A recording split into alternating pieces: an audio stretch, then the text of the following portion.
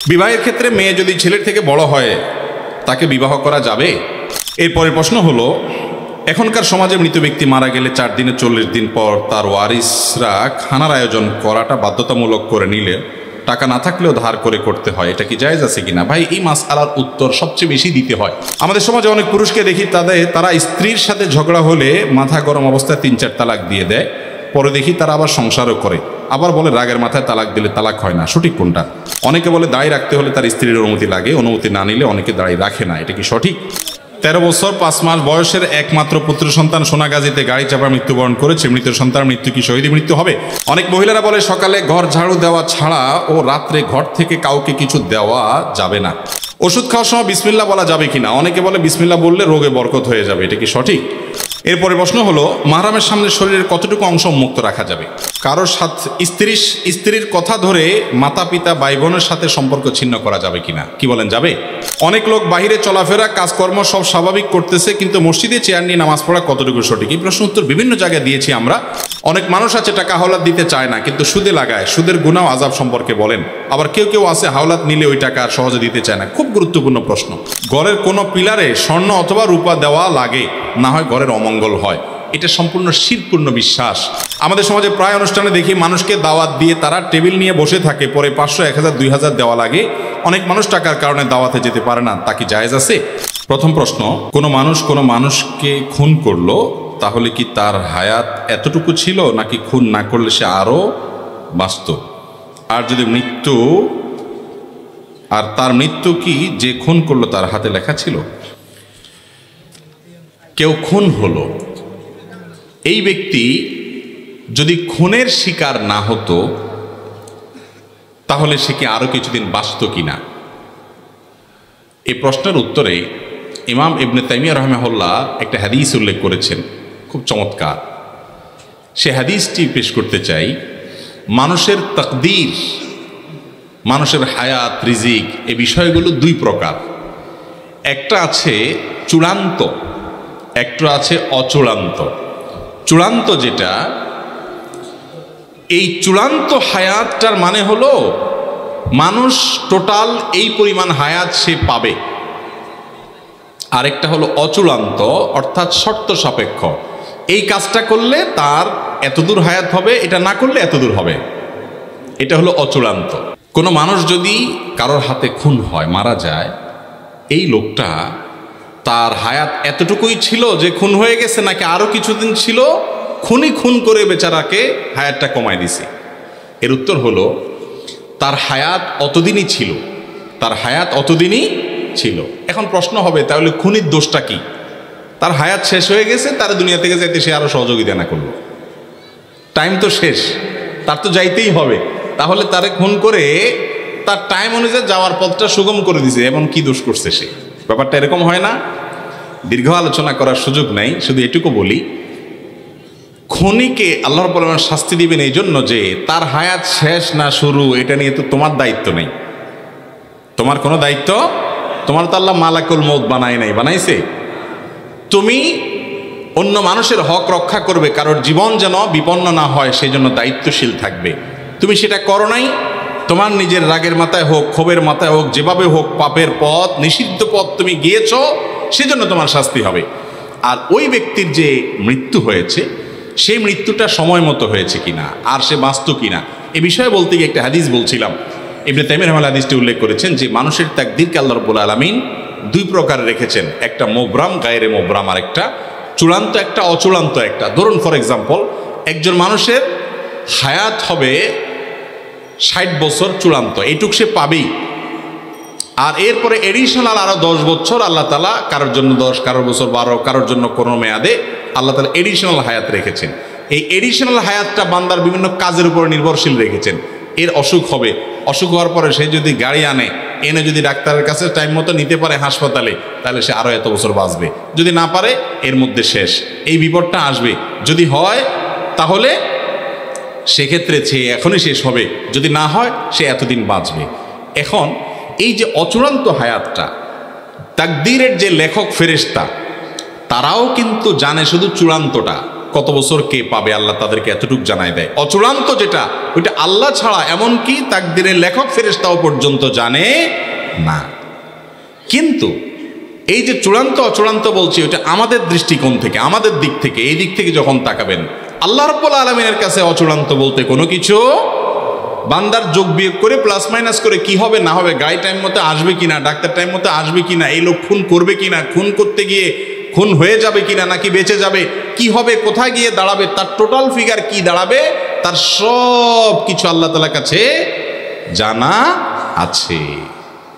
কথা কি বুঝাইতে পারছি? তো খুনিকে আল্লাহ রাব্বুল আলামিন শাস্তি দিবেন তার অপরাধের কারণে, নিষিদ্ধ পথে পা বাড়ানোর কারণে, আর সেজন্য সে শাস্তি পাবে। আল্লাহ তাআলা আমাদেরকে বোঝার তৌফিক দান করুন। বিবাহের ক্ষেত্রে মেয়ে যদি ছেলের থেকে বড় হয় তাকে বিবাহ করা যাবে, কোনো অসুবিধা নেই। বিয়ের ক্ষেত্রে পাত্রী যদি পাত্রের তুলনায় বয়সে বড় হয় তাতে বিয়েতে কোনো অসুবিধা নাই। সচরাচর বা সাধারণ সমবয়সী বা বয়সে একটু ছোট এইরকম মানুষগুলো বিবাহ করাই হলো আদা, এবং এটাই হলো নিয়ম। যদি কেউ এর ব্যতিক্রম করে, ব্যত্যয় করে, তাতে বিয়ে হয়ে যাবে, কোনো অসুবিধা নাই। আমাদের প্রিয় নবী সাল্লাল্লাহু আলাইহি সাল্লাম খাদিজা রাদিয়াল্লাহু তাআলা আনহাকে যে বিয়ে করেছিলেন তখন তার বয়সের চাইতে আম্মাজান খাদিজা রাদিয়াল্লাহু তাআলা আনহার বয়স ছিল বেশি। অতএব সেখান থেকে বোঝা যায় নিজের চাইতে বা পাত্রের চাইতে পাত্রীর বয়স বেশি হলে বিয়েতে কোনো অসুবিধা নাই। এসব বিষয়গুলোকে আমরা অনেক সময় অনেক বড় করে দেখি, এত বড় বিষয় না। হ্যাঁ, সচরাচর বা স্বাভাবিকভাবে সমবয়সী বা একটু নিজের চাইতে বয়সে কম হলে ম্যাচ করে সুবিধা হয়, কিন্তু এটা সবসময় জরুরি না। একটু ব্যতিক্রম হলেও কোনো অসুবিধা। আজকাল আমরা এগুলোকে এমন শক্ত বানিয়ে ফেলেছি যে একজন পাত্র উপযুক্ত পাত্রী পেয়েছে, হয়তো বয়সের ডিফারেন্স খুব বেশি নাই, সব দিক থেকে পারফেক্ট আছে, শুধুমাত্র আপনার সমান সমান বয়সের, খুব কাছাকাছি বয়সের এই অজুহাতে মুরব্বীরা ওই বিয়ে কোনোভাবে হতে দেন না। আছে না নেই? এইরকম বাড়াবাড়ি পর্যায়ে মনে করা ঠিক না। শরীয়ত যেটাকে সুযোগ রেখেছে, যদি সব দিক বেটেবল হয়ে যায় একদিকে স্যাক্রিফাইস তো করতেই হবে। এই ক্ষেত্রে বয়সের দিক থেকে স্যাক্রিফাইস করার মানসিকতা থাকা উচিত। আমরা আসল দিকটা দেখি না, সব নকল দিকটা দেখি। আসল দিক কোনটা ভাই? আসল দিক হলো পাত্র হোক আর পাত্রী হোক আর তার দিনদারি, তার মনুষ্যত্ব, তার মানবিক গুণাবলী, সে আল্লাহকে চিনে কিনা, আল্লাহর সাথে তার কানেকশনটা, লেভেলটা কিরকম, সে মুত্তাকি কিনা, পরহেজগার কিনা, তার খুঁটাটা কোরআন হাদিসে বাঁধা আছে কিনা। যদি থাকে তাহলে এর চাইতে বেটার পাত্র পাত্রী আল্লাহর জমিনে আর হতে পারে না। চেহারার দিক থেকে, বয়সের দিক থেকে, অর্থকড়ির দিক থেকে, অন্য সমস্ত দিক থেকে স্যাক্রিফাইস করে হলেও দিনদারির দিকটা যেন এনশিওর করা হয়। নবীজি সাল্লাল্লাহু আলাইহি সাল্লাম আমাদেরকে ওসিয়ত করে গেছেন, ফাজফার বিজাতিদ দ্বীন, তুমি দিনদারিতা দেখে বিয়ে করবা, এই দিকটা দেখে বিয়ে করে জেতার চেষ্টা করবা, তাহলে তুমি সুখী হতে পারবা। আজ আমাদের কাছে এটা হলো সবচাইতে গৌণ। আমাদের কাছে এখন হলো মেয়ের বাপরা চায় একটা টাকার বস্তার সাথে বিয়ে দিতে, আর ছেলের বাপ মারা চায়, আরে ছেলের বাপ মারা চায় কি একটা ময়দার বস্তার সাথে বিয়ে দিতে। ভালো বলস, ভালো বলস। ছেলের বাপ মা চায় টাকার বস্তা, আর মেয়ের বাপ মা চায় ময়দার বস্তা, অর্থাৎ রূপ লাবণ্য, বাহ্যিক সৌন্দর্য। ভাইরে, এগুলো চলে যায়, থাকে না। দাম্পত্য জীবনে, মানুষের সাংসারিক জীবনে চেহারার সৌন্দর্য একসময় ভেঙে যায়, অর্থকড়ি একসময় হয়তো চলে যায়, কিন্তু মানুষের যে গুণটা সবচেয়ে বেশি উপভোগ করার মতো থাকে সেটা হলো তার পার্সোনালিটি, তার ব্যক্তিত্ব। আর একজন মানুষ যখন তার রবকে রব হিসাবে স্বীকার করে, একটা জায়গায় সে আত্মসমর্পণ করে, তার সাথে চলে ফিরে উঠে বসে আপনি শান্তি পাবেন। কারণ সে হারামে যাবে না, আল্লাহর নির্দেশের বাইরে যাবে না, তার একটা ঠিকানা আছে, যার কোনো ঠিকানা নাই, নফসের গোলাম, যা খুশি তা করে। তার সাথে আপনি কোনো কাজ করে কখনো প্রকৃত এবং আসল যে প্রশান্তি সেটা অর্জন করতে পারবেন। এই জন্য দিনদারিটাকে প্রাধান্য দেওয়া উচিত। আমরা ওই টাকার বস্তা ময়দার বস্তা দেখে বিয়ে শাদী করবো না। আল্লাহ তাআলা আমাদেরকে তৌফিক দান করুন। এরপরের প্রশ্ন হলো, এখনকার সমাজে মৃত ব্যক্তি মারা গেলে 4 দিনে 40 দিন পর তার ওয়ারিসরা খানার আয়োজন করাটা বাধ্যতামূলক করে নিলে টাকা না থাকলেও ধার করে করতে হয়, এটা কি জায়েজ আছে কিনা? ভাই, এই মাসআলার উত্তর সবচেয়ে বেশি দিতে হয় বাংলাদেশের সবচেয়ে প্রতিষ্ঠিত বেদাতগুলোর ভিতরে একটা হলো এটা যে কোনো মানুষ মারা গেলে, যে ব্যক্তি মারা গেল তার ওয়ারিসরা, তার ছেলে মেয়েরা, আত্মীয় স্বজনরা এলাকাবাসীকে 3 দিন 7 দিন 40 দিন বিভিন্ন দিন ফিক্স করে ওই টাইমটাতে মানুষ খাওয়ানোটাকে মৃত ব্যক্তির জন্য জীবিতদের পক্ষ থেকে শরীয়ত সিদ্ধ করণীয় মনে করে, আবশ্যক মনে করে, হাওলাত করতেই হয়। যদি না খাওয়ায় এলাকার লোকজন বলে কি ছেলে মেয়ে রেখে গেল, একটু হাতও ধোয়াইলো না কারো। ঠিক না বে ঠিক? ভাই আপনার হাত কি আল্লাহ তাআলা প্যারালাইজড করছেন নাকি আরেকজন ধোয়া দিতে হবে? কেমন কথা এটা? আপনার হাত আপনি ধোবেন, আরেকজন হাত ধোয়াবে কেন? তার মানে খাওয়াইলো না, তাই না? ভাইরা আমার, ইসলাম আমাদেরকে বলেছে কোনো মানুষ মারা গেলে, যে মারা গেল তার ওয়ারিসদেরকে এলাকাবাসী খাওয়াবে। তার ওয়ারিসদেরকে কারা খাওয়াবে? এলাকাবাসী খাওয়াবে। এটাই সুন্নত, নবী সাল্লাল্লাহু আলাইহি ওয়াসাল্লাম নির্দেশ করেছেন। আর আমরা কি করি? আমরা খাওয়াই। কেউ মারা গেলে তাদের মন খারাপ থাকে, রান্না বাড়া করার মতো মানসিকতা থাকে না, একটু খাবার টাবার পাঠাই। কিন্তু 2 দিন 4 দিন 2-4 বেলা হয়তো একটা ফ্যামিলি 2-5 জন 7 জন মেম্বারকে আমরা খাওয়াই। এরপরে ওই যে 40 দিনের দিন সুদে আসলে পুরোটা উঠায়নি। ঠিক না বে ঠিক? ভাই মানুষ মানুষকে কখন খাওয়ায় জানেন? কখন খাওয়ায়? খুশির সময়। বিয়ে করছে, নতুন বউ ঘরে আসছে, খুশির চোটে অলিমা খাওয়ায়। বাচ্চা হয়েছে, নতুন সন্তান আসছে, খুশির চোটে আকিকা খাওয়ায়। ছেলে পাস করছে, ভালো রেজাল্ট করছে, খুশির চোটে মিষ্টি খাওয়ায়, তাই না? যত খাওয়া খাওয়ার ব্যাপার স্যাপার আছে এগুলা কখন খাওয়ায় মানুষ? খুশি হলে। আপনার বাপ মারা গেছে, মা মারা গেছে, আপনি চিন্তা করতেছেন যাক জমির ভাগ পাওয়া গেল, বিপদ সরছে, এবার আমি এলাকাবাসীতে খুশির চোটে খাওয়াই। ব্যাপারটা কি এরকম? তাহলে আমি একটা কথা সব জায়গায় বলি, আপনাদেরকেও বলছি, যুবকরা বিশেষ করে আমরা এখন সবার হাতে হাতে নেট আছে। শ্রাদ্ধ লেখে গুগলে সার্চ দিবেন, শ্রাদ্ধ তালিব বেশর রফালা আকার দর পরে বড় ধ, শ্রাদ্ধ। এরপরে আপনি গুগলে যে রেজাল্ট আসবে, অনলাইনে যে নেটে আপনাকে যে রেজাল্ট দিবে, সেই রেজাল্টটা আপনি একটু পড়বেন। অনেকগুলো আর্টিকেল দেখতে পাবেন, অথেন্টিক অনেকগুলো সোর্সে। শ্রাদ্ধ বলা হয় আমাদের সমাজের হিন্দু ভাই বোনরা, তাদের কোনো মানুষ মারা গেলে তারা মনে করেন যে ওই ব্যক্তির তরফ থেকে এলাকাবাসী আত্মীয় স্বজনরা যদি না খাওয়ানো হয়, ওই লোকের স্বর্গে শুধু স্বর্ণদানা দেয় এবং খানা দেয় না, এরকম একটা বিশ্বাস তাদের আছে। সেখান থেকে তারা শ্রাদ্ধ করে। ওই শ্রাদ্ধটারই একটা রূপ হলো আজ আমাদের মধ্যে আসছে, সেটা হলো মুর্দার খাওয়ানি। কথা কি বুঝাতে পারছি? এখানে ওলামা একরাম আছেন, ওলামাজার মাদ্রাসার হজরাত আছেন, ভুল হলে ওনারা আমাকে সংশোধন করবেন। কোনো মানুষ মারা যাওয়ার পরে তার ওয়ারিসরা এলাকাবাসীকে খাওয়াইতে হবে, দিনক্ষণ ঠিক করে বা ঠিক করা ছাড়া খাওয়াইতে হবে। মুর্দার জন্য জীবিতদের পক্ষ থেকে এরকম কোন করণীয় কথা কোরআন এবং হাদিসে কোথাও বলা হয় নাই। অথচ বাংলাদেশে এই কাজটা না করে উপায় নাই, কারণ ওই যে বলবে যে কেউ হাত ধোয় নাই। এটার জন্য হিম্মত করা দরকার। আপনার বাবা মারা গেছে, মা মারা গেছে, আপনি কি করবেন? গরিবের বাসায় খাবার পৌঁছে দেন, কোনো দিনক্ষণ ছাড়া চাউল কিনে দেন, বাজার করে দেন, অথবা এমনি টাকা পয়সা দেন। কোনো স্থায়ী কাজ করেন, একজনকে একটা টিউবওয়েল কিনে দেন, একজনকে একটা সেলাই মেশিন কিনে দেন, একটা রাস্তা একটু ঠিক করে দেন, একজন গরিবকে কিছু নগদ টাকা দেন, একটা মাদ্রাসায় কিছু টাকা দান করেন, ইয়েতিমখানায় কিছু টাকা দেন, একটা মসজিদের কিছু করে দেন। আপনার ওই বাবার পক্ষ থেকে, মার তরফ থেকে তিনি সব পাবেন। কিন্তু আপনি ভিন্ন ধর্মের মানুষের ধর্মীয় সংস্কৃতিকে একজন মুসলমান হিসাবে গ্রহণ করতে পারেন না। শরীয়ত যেখানে যে ব্যক্তি মারা গেছে তার ওয়ারিসদেরকে খাওয়াইতে বলছে, সেখানে তাদের কাছ থেকে এলাকাবাসী খাওয়া এটা জায়েজ নাই। নাম দেয় গরিব খাওয়ানি, গরিব খাওয়ানি। আসলে কিসের গরিব খাওয়ানি? খাওয়ার সময় বলে এই গরিবরা একটু দূরে থাকো, চেয়ারম্যান সাহেব খেয়ে নেক, তারপরে বা তোমরা আসো। এটা কি গরিব খাওয়ানি হলো? এ তো গরিবের নামে বড়লোক খাওয়ানি হইল। এটা কখনো ইসলাম আমাদেরকে নির্দেশ করে না। এটার বিরুদ্ধে আমাদেরকে সমাজে মানুষের মধ্যে সচেতনতা তৈরি করতে হবে যে কোনো মানুষ মারা গেল, বেচারারা পেরেশান, কয়দিন যাইতে না যেতে এলাকার মানুষ খাইতেছে, মনে হচ্ছে বিয়ে হইতেছে সেখানে। এই কালচারের বিরুদ্ধে আমরা কাজ করবো তো ইনশাআল্লাহ।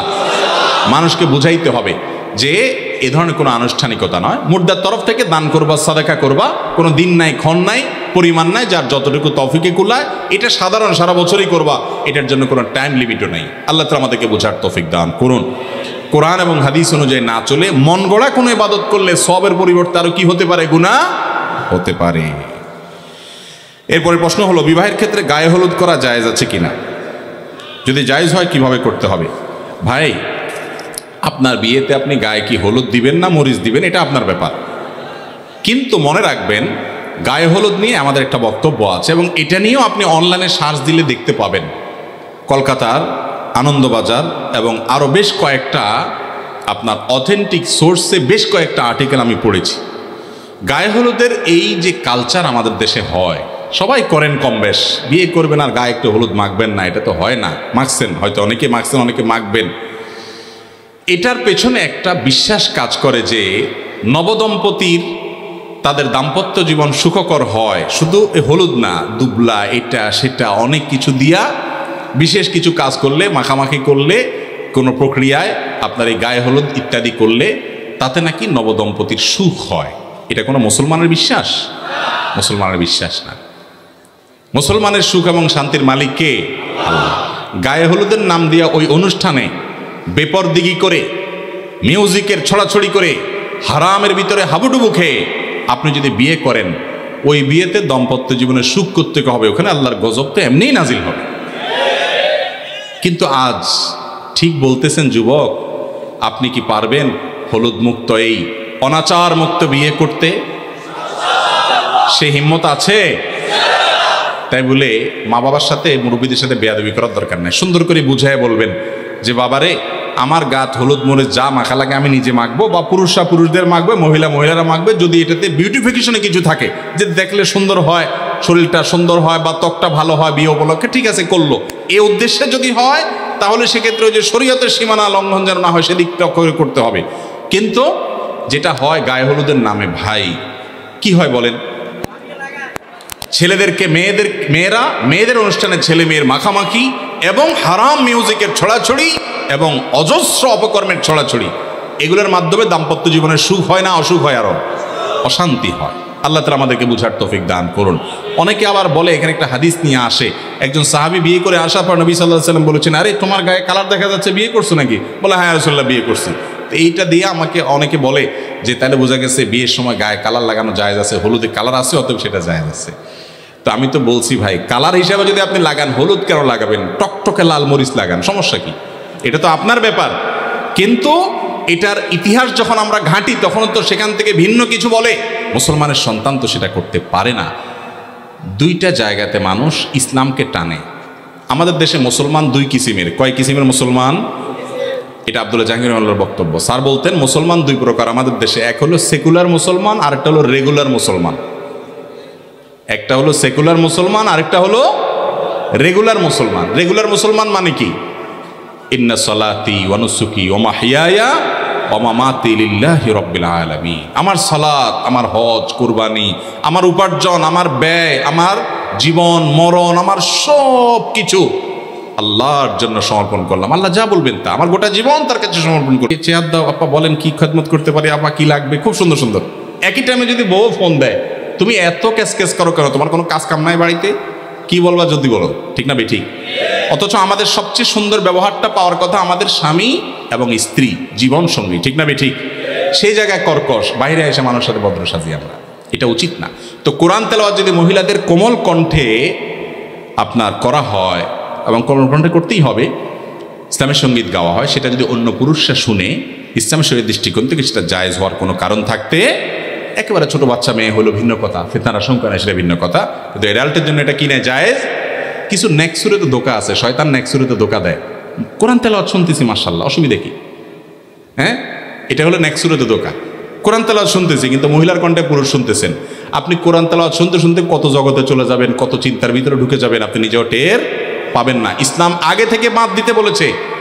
আর যারা ইসলামকে পছন্দ করে না, তারা বলে সমাজে কোনো দর্শন হতে পারবে না, যুবকরা খুব সাবধান। তবে তোমাদেরকে উস্কানির যত রাস্তা আছে সব আমরা খুলে রাখবো। বিজ্ঞাপনে, বিলবোর্ডে নারীকে আমি বিশ্রীভাবে ঝুলাবো, বিভিন্ন জায়গায় পণ্যের মতো নারীকে আমি উপস্থাপন করব, তুমি নিজের নিয়ন্ত্রণ করো। এ হলো ইসলাম। ইসলাম যারা পছন্দ করে না তাদের সিস্টেম। আর ইসলামের সিস্টেম কি? ওয়ালা তাকরাবুজ জিনা, আগে থেকে চোখের হেফাজত করো, তাতে সমস্যা সমাজের এমনি দূর হয়ে যাবে। আল্লাহ আমাদেরকে বোঝার তৌফিক দান করুন। আমাদের সমাজে অনেক পুরুষকে দেখি তারা স্ত্রীর সাথে ঝগড়া হলে মাথা গরম অবস্থায় 3-4 তালাক দিয়ে দেয়, পরে দেখি তারা আবার সংসারও করে। আবার বলে রাগের মাথায় তালাক দিলে তালাক হয় না। সঠিক কোনটা ভাই? তালাক কি রাগের মাথায় হয় নাকি হয় না? তালাক কি মহব্বত করতে করতে ভালোবাসার চোটে বলে দেয় তোমাকে আমি ওগো 1 2 3 4 5 তালাক দিয়ে দিলাম, কেউ বলে? আরে ভাই তালাক তো হয়ই রাগে, তালাক তো হয়ই রাগে। যদি রাগের মাথায় তালাক না হয় তাহলে দুনিয়াতে কোনো তালাকই, হ্যাঁ রাগের মাথায় তালাক হয় না। মানে হলো যদি এরকম রাগ হয়, রাগের চোটে আপনার সেন্স নষ্ট হয়ে গেছে, আপনি জানেন না কি বলছেন, এইরকম যদি হয়ে যায়, আপনি কি বলছেন মুখ দিয়ে বাইরে এসে জানেন না, অন্যরা বলতেছে তুমি রাগের চোটে বলে ফেলছো, এরকম যদি হয়ে যায়, কি বলছে সে জানে না, তার এরাদাও ছিল না, ওই রাগের ওই লেভেলে চলে গেলে সে তো পাগলের মতো হয়ে গেছে, তারটা মাফ, তালাক হবে না। কিন্তু আপনি জানেন কি বলছেন, এরপরে বলছেন না আমি রাগ করে বলছিলাম। তালাক এমন একটা জিনিস, আমি বিভিন্ন জায়গায় অনুরোধ করি, আজকেও বলছি, যারা এখনো বিবাহ করেন নাই তারা একটু শুনেন ভালো করে, যারা বিবাহ করেছেন তারাও শুনেন। আল্লাহর ওয়াস্তে দাম্পত্য জীবনে স্বামী স্ত্রীর মধ্যে যত ঝামেলা হোক, যত গন্ডগোল হোক, যত বুঝের অমিল হোক, আর যা করেন না করেন, খবরদার তালাকের কথাটা মুখের বাহির করবেন না। সালাতুন জিদ্দুহুন্না জিদ্দুন ওয়া হাজলুহুন্না জিদ্দুন, নবীজি বলেছেন 3টি কাজ দুষ্টমি করে হেসে হেসে করলেও হয়ে যায়, সিরিয়াসলি করলেও হয়ে যায়, তার মধ্যে একটা হলো তালাক। শয়তান সবচেয়ে বেশি খুশি হয় তালাকে।